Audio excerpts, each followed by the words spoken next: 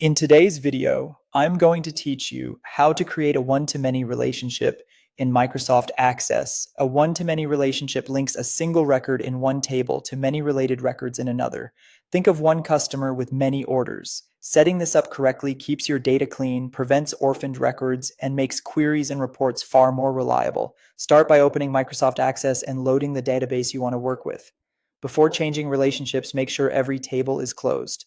Access won't let you modify relationships if any of the involved tables are open in Datasheet or Design View, so close those tabs first to avoid errors.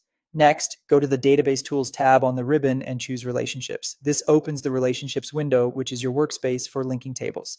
If you don't see the tables you need, click Show Table on the Relationships Design tab.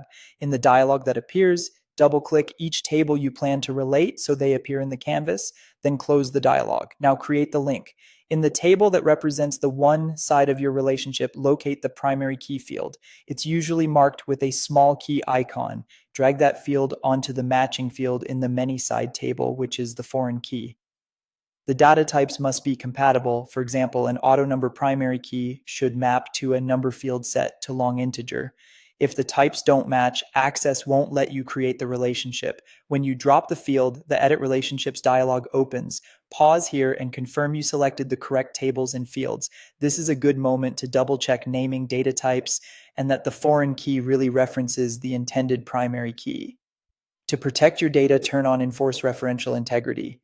This ensures you can't add a related record without a valid parent, and you can't delete a parent record if children still depend on it. If Access warns you about existing data, review those records so every foreign key value has a matching primary key.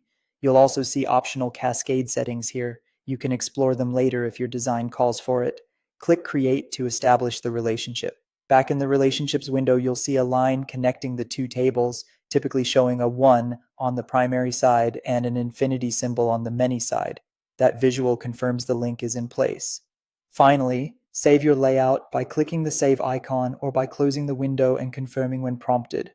Saving preserves the arrangement and the relationship definition, making future maintenance and documentation easier.